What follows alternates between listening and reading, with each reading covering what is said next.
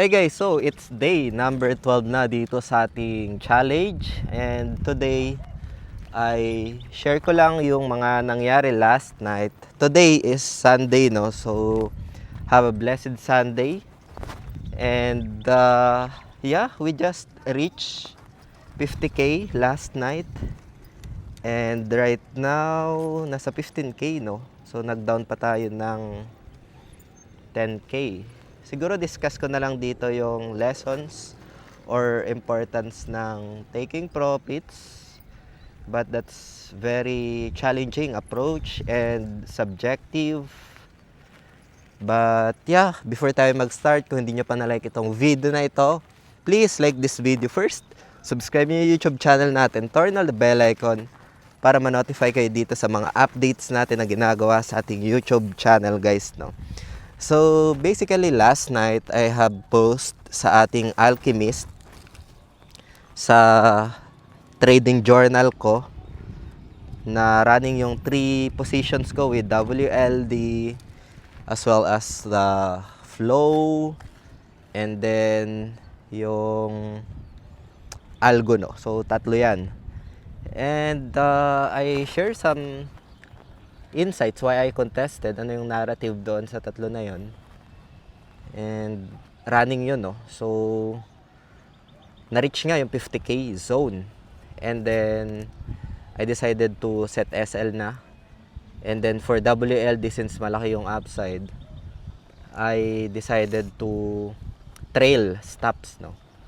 So today siguro sabi ng Panginoon, magsimba ka muna dahil Sunday ngayon, no? So it's a rest day talaga dapat. And 9 a.m. tulog na ako during that time din eh. So nahit lahat nung SL kay WLD, nahit yung SL kay Algo, yung kay WLD sa trail stop, no? So may profits ako doon. So yung mga nahit na SL doon kay Algo and Flow pala, WLD is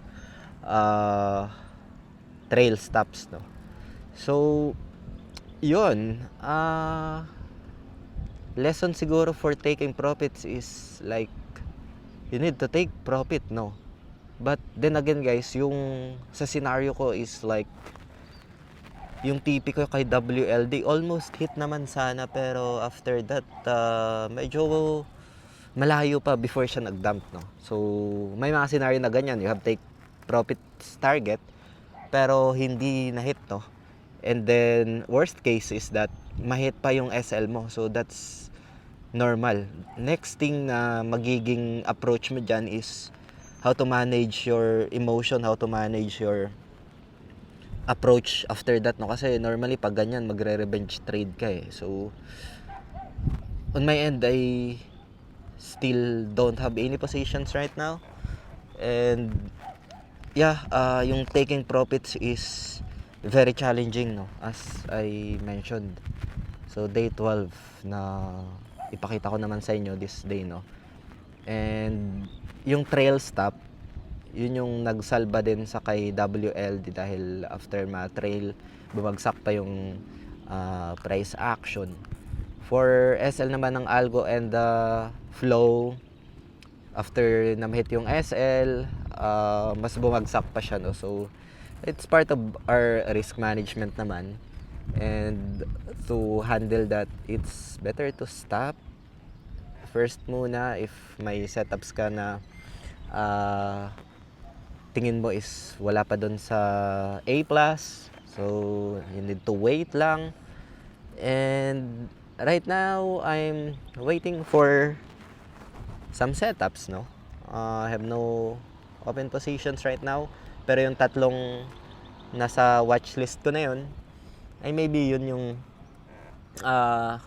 i-cross validate ko ulit, guys, no? So yeah, today is just sharing some experience and scenario what happened during day 11, day 12. Kita-kits tayo sa day number 13.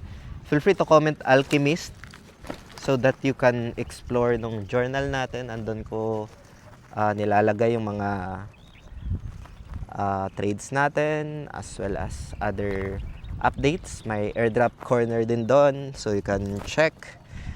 Yan lang guys, have a blessed Sunday and ingat tayo lahat. Kita-kits tayo sa day number 13. Peace out. Bye for now.